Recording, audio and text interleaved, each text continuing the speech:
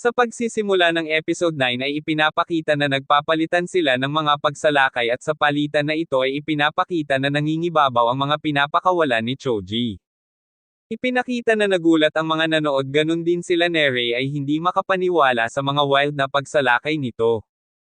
Muli siyang lumapit at dito ay naiwasan niya ang suntok ni Umiya at hinawakan niya ang damit nito at pagkatapos ay sinipa nito ang likod ni Umiya. Binalingan naman siya at dito ay ipinakita na gumanti siya ng suntok ngunit ito naman ay matagumpay nitong naiwasan. Nagtataka siyang sinabi na ang lahat ng mga ginawa niyang pagsalakay ay solid ang pagkakatama ngunit parang wala daw itong epekto. Sinabihan naman siya nito na ang mga suntok daw niya ay magaan lamang at si Choji naman ay nagtaka sa sinabi nito na magaan lang daw ang suntok niya. Pagkatapos ay sinabihan siya nito na kung bakit daw niya sinabi na magaan ang suntok nito dahil walang malalim na pinanggagalingan ang mga iyon. Sinagot naman siya nito na hindi daw niya iyon naiintindihan at magkaganoon pa daw ay wala itong pakialam sa mga sinasabi niya basta itutuloy lang daw niya ang pagsalakay hanggang sa siya daw ay sumuko. Muli siyang lumapit dito at nagpakawala ng matatalim na suntok at sipa ngunit karamihan sa mga iyon ay nagagawa naman mablock ni Umiya. Dito ay nagawa niyang makatama ng solid sa mukha nito at napangiti siya sa pag-aakalang mananalo na ito. Pagkatapos ay sinabihan siya nito na tulad daw ng sinabi niya kanina ang mga suntok daw nito ay magagaan lamang at pagkatapos ay gumawa siya ng isang malakas na counter-attack na direktang tumama sa ulo nito. Bumangon siya at sinabi na masakit daw ang ginawa niyang iyon pagkatapos ay sinabi niya na naiinis daw siya dito kaya kukuhanin daw niya ang kalayaan nito at pagkatapos ay sinuntok niya ito ngunit naiwasan din naman iyon ni Umiya. Tinanong niya ito kung ano daw ba ang kahulugan ng kalayaan para sa kanya at sinagot naman niya ito na ang kalayaan ay ang magbibigay saya sa kanya pag natalo niya ito at pagkatapos ay sinipa niya ito. Nablock naman niya ito at muli siyang tinanong nito kung ano daw ba ang kahulugan ng kasiyahan para sa kanya at sinagot naman siya nito na ang kalaban na malakas na katulad niya ang nagbibigay kasiyahan sa kanya. Natamaan siya nito sa mukha ngunit ito ay baliwala lamang pagkatapos ay sinabi niya na mukha namang hindi daw ito masaya sa pakikipag-away sa kanya sabi pa nito. Hindi mo pa lubos na kilala ang iyong sarili kaya hindi mo magawang makontento sa mga bagay na maaaring magpasaya sa iyo. Sinabihan pa siya nito na naaawa daw siya sa kanya, bagay na ikinagalit niya pagkatapos siya ay sinalakay nito. Sinabi niyang muli na hindi lang siya naaawa dito kundi sa buong team nito dahil sa pagkakaroon ng leader na katulad niya dagdag pa nito. Kung ano man ang iyong dahilan ay ikaw pa rin ang kanilang leader, kung ganoon hindi mo dapat ipagmukha sa kanila na ikaw lang ang leader at pinakamalakas pagkatapos ay sinuntok niya ito direkta sa kanyang mukha. Dito ay ipinakita sila Nere at nasabi nito na ipinagmamalaki daw niya na sa Frieren daw siya napunta at proud daw ito na si Umiya ang kanilang leader dagdag pa nito. Pagkatapos ay ipinakita ang kanyang lumang alaala kung saan ay nakita niya na masaya ang kanyang mga kasamahan at sinabi niya na matagal na din daw noong huling nakita niya iyon at pagkatapos ay isa-isa itong nawala kasabay ng kanyang pagiging mapag-isa sa gitna ng kawalan. Sinabi niya na hindi daw niya maintindihan at maunawaan kung bakit at papaano nagsimula ang lahat pagkatapos ay napasigaw na lang siya at para bang nawala sa kanyang sarili. Pagkatapos ay sinabi niya na hindi na daw siya nito kailangan at kahit sino pa man sa kanila ay wala daw itong pakialam sabi pa niya. Pagkatapos ay ipinakita na naglalakad siya sa tila ba isang tuyong lupa pagkatapos ay sinabi niya na bakit ganito ang nasa paligid niya, masyadong tahimik at malamig. Gusto niyang baguhin ang mga nakikita niya ngunit hindi niya alam kung papaano at hindi daw siya satisfied dito. Ang puso daw niya ay tila ba naging isang disyerto na katulad daw nito at natutuyo at tinanong niya ang kanyang sarili kung ano daw ba ang nawawala. Hindi daw niya maintindihan kung ano ang kanyang nararamdaman magkaganoon pa man ay wala na siyang pakialam at hindi daw niya kailangan ang kahit na sino. Pagkatapos ay ipinakita na sumigaw siya na tila ba nawala sa kanyang sarili pagkatapos ay muling nagsagawa ng pagsalakay at dito ay natamaan niya si Umiya sa kanyang tiyan. Pagkatapos ay nag-follow up ito ng malakas na pagsipa na tumama sa kanyang mukha at dito ay ipinakita na bumagsak siya sa sahig. Tuloy-tuloy ang mararahas na pagsuntok nito sa kanyang mukha at dito ay nasabi ng isang taga-Lion's Head kung okay lang daw ba ito at bakit parang sinasadya daw nito na hindi bumawi sa mga ginagawa sa kanya ni Choji. Pagkatapos ay ipinakita si Sakura habang galit na sumisigaw at sinabi nito na akala daw ba niya na sigurado itong mananalo sa laban na ito, kung ganoon bakit hinahayaan lang nito na matamaan lang siya. Dito ay sinabihan sila ni Sugishite na huwag silang kabahan at manood na lamang dahil hindi pa naman natatapos ang laban. Dito ay ipinakita na pansamantalang napatigil ito sa kanyang ginagawa at pagkatapos ay sinabi ni Umiya sa kanya na patawad. Humingi ito ng patawad sa kanya at sinabi na siguro siya daw ang naging dahilan kung bakit siya nasa ganitong sitwasyon ngayon, at hindi daw niya akalain na haantong siya sa ganito nakadesperado. Nagulat ito sa sinabi niya at pagkatapos ay sinabihan niya ito na manahimik pagkatapos ay muli na naman niya itong sinuntok. Kung sisirain mo ang lahat dahil sa iyong kawalan ng pag-asa ang mga bagay ay mananatiling komplikado para sa iyo magpakailanman sabi pa nito habang patuloy siyang sinusuntok. Muli siyang sinabihan nito na manahimik daw ito pagkatapos ay bigla niya itong kinagat sa kanyang leeg bagay na ikinagulat ng mga nakasaksi. Pagkatapos ay tinawag ni Umiya ang pangalan nito habang kagat siya sa leeg ay niyakap niya ito at sinabi na okay lang daw iyon, at ang sagot daw sa lahat ng katanungan na bumabagabag sa kanya ay nasa kanyang puso lamang. Tumayo ito at dito ay ipinaalaala ni Umiya sa kanya noong panahong nagkaroon ng malaking away sa pagitan nila at ng Lion's Head ang lahat daw ng iyon ay dahil lamang sa hindi pagkakaunawaan. Pagkatapos ay ipinakita na masayang pinasalamatan ng mga ito si Choji at sinabi na magaling daw ang ginawa nito at nailigtas daw sila nito. Pagkatapos ay ipinakita na nagpaalam si Choji kay Umiya at sinabi nito na ang laban daw na ito ay ang pinakamasaya sa lahat, at masayang sinabi pa nito na maglaban ulit sila kapag may pagkakataon dagdag pa nito. Sinabi ni Umiya na noong mga panahon na iyon ang mga suntok daw niya ay talagang mabibigat at malalakas dahil ito ay may pinaghuhugutan at ang dahilan ay ang mga kaibigan nito. Napaiyak si Choji sa ipinaalaala nito at muling sinabi ni Umiya na noong mga panahon na iyon ang mukha daw niya ay mas maaliwalas kumpara sa kasalukuyan nitong kinatatayuan ngayon sabi pa nito. Tinanong niya ito na kung babalikan mo ang iyong nakaraan, ano ang iyong nakikita na hindi mo makita sa ngayon.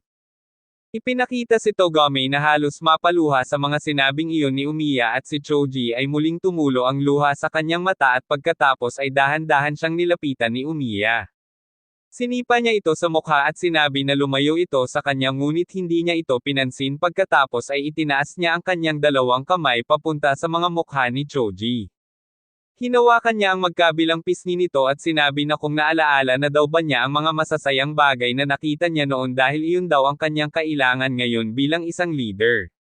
Dito ay ipinakita na nagpasalamat sa kanya si Togame pagkatapos para tuluyang wakasan na ang kanilang laban ay sinabi ni Umiya na kailangan daw niyang alalahanin ang lahat pagkatapos ay hinedbat niya ito. Dito ay nakita niya sa kanyang alaala ang mukha ng kanyang mga kaibigan at tinanong niya kung bakit daw sila masasaya pagkatapos ay tuluyan na siyang bumagsak sa sahig. Nagbalik tanaw siya sa kanyang lumang alaala kung saan ay tinawag siya ni Togame kung ano daw ba ang ginagawa nito dahil sila daw ay aalis na. Sinabi naman ni Arima na kung ano-ano pa daw ang pinaggagawa nito at magmadali daw siya dahil ang pupuntahan daw nila ay isang labanan. Kung gusto daw niyang maging kanilang leader dapat ay lagi lang itong nasa tabi nila at natawa naman si Choji sa sinabi nito pagkatapos ay tinanong nito kung sino nga daw ulit ang kanilang makakalaban. Natawa naman ang lahat sa sinabi niyang iyon pagkatapos ay sinabi ng mga ito na makakalimutin daw talaga siya at pagkatapos ay sinabi niya na ipaubaya daw nila ang lahat sa kanya at siya na daw ang bahala sa mga kalaban. Ang mga tagpong ito ay isa sa mga pinakamasaya na nangyari sa kanya at ang saya na ito ay hindi na daw sana mawala kailanman sabi pa niya. Pagkatapos ay lumingon siya para tawagin sana si Togame ngunit pagtingin niya ay wala na ito at siya ay bumalik sa isang maladesyertong kawalan. Hinanap niya kung nasaan na daw ba ang kanyang mga kasamahan at pagkatapos ay nakita niya mula sa malayo si Togame na may ginagawa at tila ba mayroong inaayos. Noong lalapitin na sana niya ito ay bigla siyang nahulog sa kawalan at tinanong niya ang kanyang sarili kung siya ba ay nasa panaginip lamang.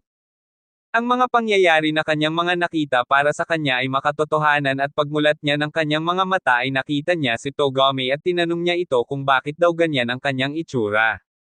Ipinakita na natigilan ang lahat ng tao sa kanyang pagmulat at tila ba hindi makapaniwala pagkatapos ay sinabi niya na naalaala na niya na siya daw ay natalo sa kanilang laban ni Umiya.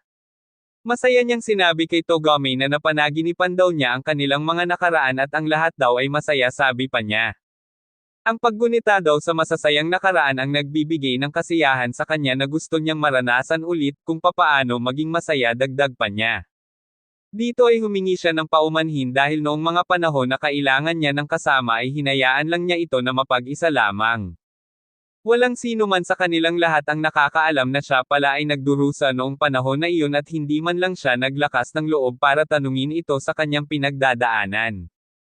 Kapag nakikita daw niya ito dati na sinasaktan ng iba at nagagalit sa mga ito, ang lahat ng iyon ay mabigat sa kanyang pakiramdam at hindi daw niya ito mapapatawad sa pagsira nito sa kanyang mga pangarap, dagdag pa niya. Tinanong siya ni Choji kung anong pangarap daw ang masisira nito, pagkatapos ay ipinakita na pilit na inaayos niya ang mga basag na masasayang kasiyahan sa mga lumang alaala na ayaw niyang mawala.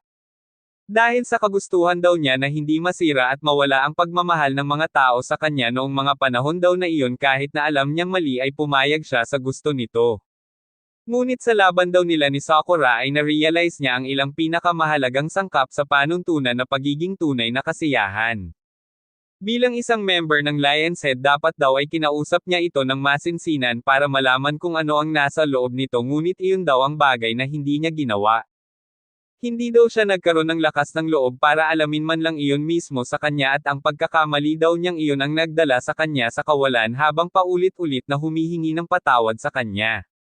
Sumagot naman siya na naniniwala daw kasi siya na kapag siya ang kinilala ng lahat ay makikita niya ang kasiyahan na hinahanap niya, ngunit hindi ganoon ang nangyari, sabi pa niya. Inihalin tulad pa niya ito sa isang halimbawa ng kapag sabay-sabay nilang kinuha ang treasure box sa pinakamataas na baitang at siya ang nauna ay makikita niya ang kasiyahan. Ngunit nang buksan niya ito ay wala itong laman at ang walang hanggang kadiliman ang nangibabaw sa kanyang kapaligiran. Simula noong araw na iyon ay nawala na ang kanyang pakiramdam at ang takot sa kadiliman ang nag-ibabaw sa kanyang pagkatao, sabi pa niya. Natatakot daw siyang mag-isa ngunit wala naman siyang magawa at hindi niya alam kung saan daw siya pupunta.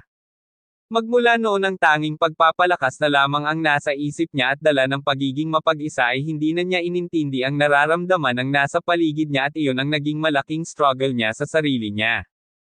Kaya naisipan niya na baguhin ang sistema ng pamamaraan at dapat ang lahat ay masaya dahil iniisip niya na katulad niya ay baka mahanap nila ang kanilang kasiyahan, ngunit iyon ang isang bagay na hindi nangyari. Hindi mo kinuha ang lahat sa akin bagkus ako ang nagtulak palayo ng lahat ng mayroon ako, dagdag pa niya.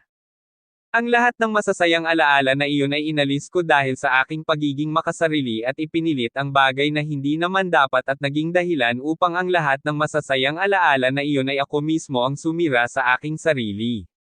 Sinabi pa niya sa kanyang sarili na isa siyang tanga dahil ang lahat ng iyon ay matagal na sanang nawala kung hindi lang dahil sa iyo, sabi niya kay Togami.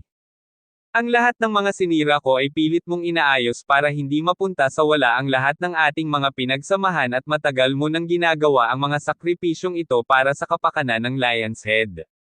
Ang lahat ng ito ay aking kasalanan, ngunit ikaw ang gumagawa ng paraan para manatiling konektado ang bawat isa, sabi pa niya.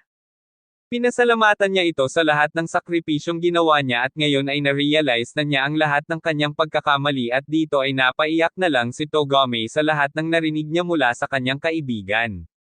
Nagpasalamat siyang muli dito at sinabi na maayos na daw ang kanyang pakiramdam, pagkatapos ay ipinakita na nilapitan niya si Umiya.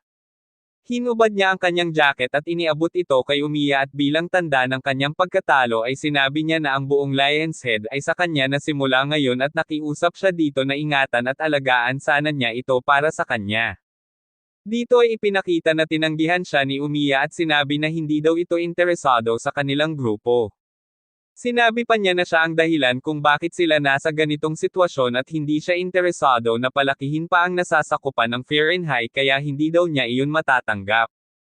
Dito ay ipinakita na nagulat ang lahat na may kasamang paghanga, lalo na si Sakura sa mga sinabi nito.